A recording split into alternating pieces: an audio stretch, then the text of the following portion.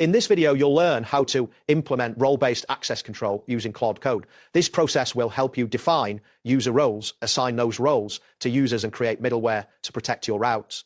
By the end of this tutorial, you will have a clear understanding of how to manage user access effectively in your application. Begin by defining the roles for your application. Common roles include admin, editor, and user.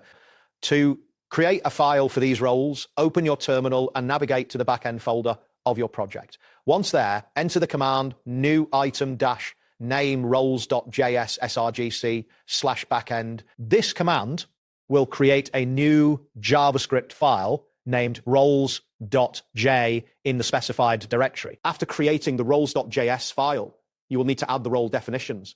Open the roles.js file in your code editor and insert the following code. This code defines the roles as constants. Constants, roles either min, admin, editor, editor, user, user, user. Following this, export the roles by module.exports walls at the end of the file. Save your changes to ensure the roles are now defined and accessible throughout your application. Next, you will add a role property to your user model.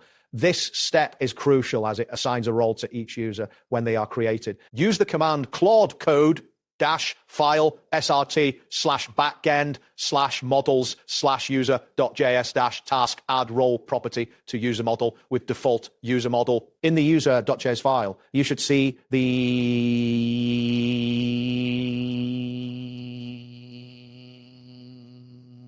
with the role property like this, role.type, string default user. This ensures that every new user will have a default role of user unless specified otherwise. Now, let's create the middleware that checks if a user has permission to access certain routes. First, create a new file for the middleware by executing new item-name auth middleware.js-item type file-path middleware. Open the newly created auth middleware.js file and add the following code. This code imports the roles and defines the authorized roles function. This function checks if the user's role matches the allowed roles for a particular route. If the role is not allowed, it sends a 4.3 status response with an access denied message. After setting up the middleware, you need to protect your routes using the defined roles. For this, open your router file. Import the middleware and roles at the top of the file, then apply the authorized roles function to your routes. For instance, if you want only admins to access the admin dashboard, wrap the route handler with authorized roles. ADN.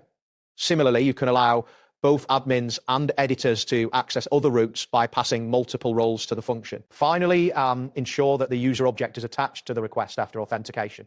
Use the command Claude Code -file srt/backend/auth.js-task attach user object to verification. In the auth.js file, implement the authenticate token function to verify the JW user from the database. This step is essential for the middleware to function correctly, as it relies on the user information to enforce access control. That wraps up today's guide. Thanks for watching, and catch you in the next tutorial.